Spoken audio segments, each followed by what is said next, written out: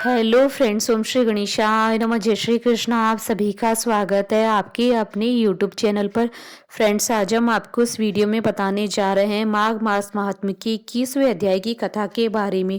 Friends, video शुरू करने से पहले आपसे रिक्वेस्ट है, अगर आप हमारे चैनल पर नए हैं और आपने अभी तक चैनल को सब्सक्राइब नहीं किया है तो प्लीज़ सब्सक्राइब कीजिएगा चैनल को।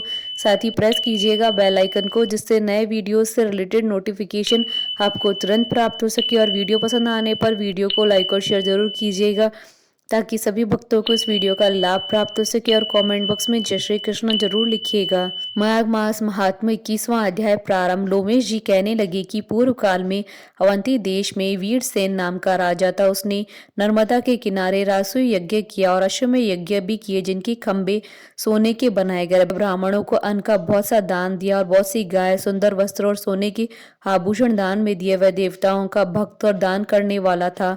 भद्रक नाम का एक ब्राह्मण, जो अत्यंत मूर्ख, कुलहीन, कृषि कार्य करने वाला, दुराचारी तथा अधर्मी था, वह भाई बंधुओं का त्यागा हुआ इधर उधर घूमता हुआ देव यात्रियों के साथ प्रयाग में आया। माघ में उनके साथ 3 दिन तक स्नान किया। वह 3 दिन में ही निष्पाप हो गया। फिर वह अपने घर चला गया। वह ब्राह्मण और राजा दोनों ही एक दिन मृत्यु को प्राप्त हुए। मैंने इन दोनों को बराबर इंद्रलोक में देखा। तेज, रूप, बल, स्त्री, वस्त्र और आभूषणों में दोनों समान थे।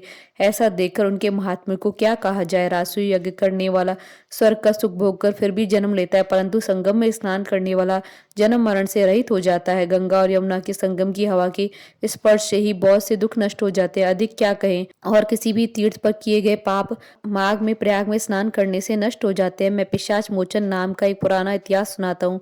इस इतिहास को यह कन्याएं और तुम्हारा पुत्र भी सुनी, उससे इनको स्मृति प्राप्त होगी। पुराने समय में देवदूती नाम का एक बड़ा गंभीर और वेदों का पारंगत एक वैष्णव ब्राह्मण था। उसने पिशाच को निर्मुक्त किया। वेद निधि कहने लगी कि वह कहाँ का रहने वाला था, किसका पुत्र, किस पिशाच को उसने निर्मुक्त किया। विस्तार पूर्वक यह सब कथा सुनाई। लोमेश ऋषि ने कहा, किल्पज्ञ से निकली हुई सुंदर सरस्वती के किनारे पर उसका स्थान था। जंगल के बीच पुण्य जल वाली सरस्वती बहती थी। वन में अनेक प्रकार के पशु भी विचरते थे। उस ब्राह्मण की श्राप के भय से पवन भी सुंदर चलती थी और वन चैत्र रथ के समान था। उस जगह धर्मात्मा देवदूती रहता था। उसके पिता का नाम सुमित्र था। वह लक्ष्मी के वरदान से उत्पन्न हुआ था। वह सदैव आत्मा को स्थिर रखता, गर्मी में अपने नेत्र सूर्य की तरफ रखता, वर्षा में खुली जगह पर तपस्या करता, हेमंत ऋतु में सारस्वत सरोवर में बैठता और तत्काल संध्या करता।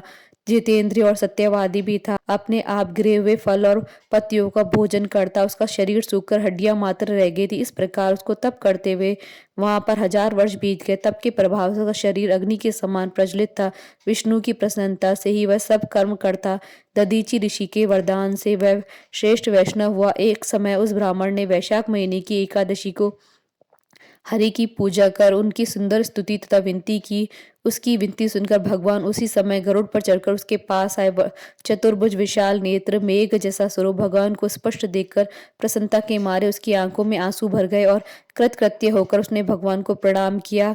उसने अपने शरीर को भी याद न रखा और भगवान के ध्यान में लीन हो गया। तब भगवान ने कहा, हे देवदूती, मैं जानता हूँ कि तुम मेरे परम भक्त हो। मैं तुमसे अति प्रसन्न हूँ।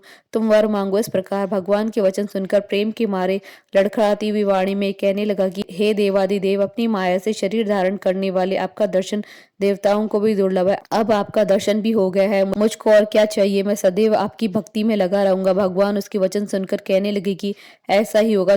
तुम्हारे तप में कोई बाधा नहीं पड़ेगी। जो मनुष्य तुम्हारे कहे गए स्त्रोत को पढ़ेगा, उसकी मुझ में अचल भक्ति होगी, उसके धर्म कार्य सांगोपांग होंगे और उनकी ज्ञान में परम निष्ठा बनी रहेगी।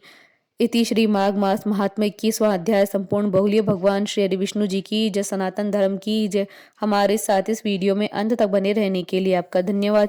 ओम श्री गणेशाय नमः। जय श्री कृष्णा।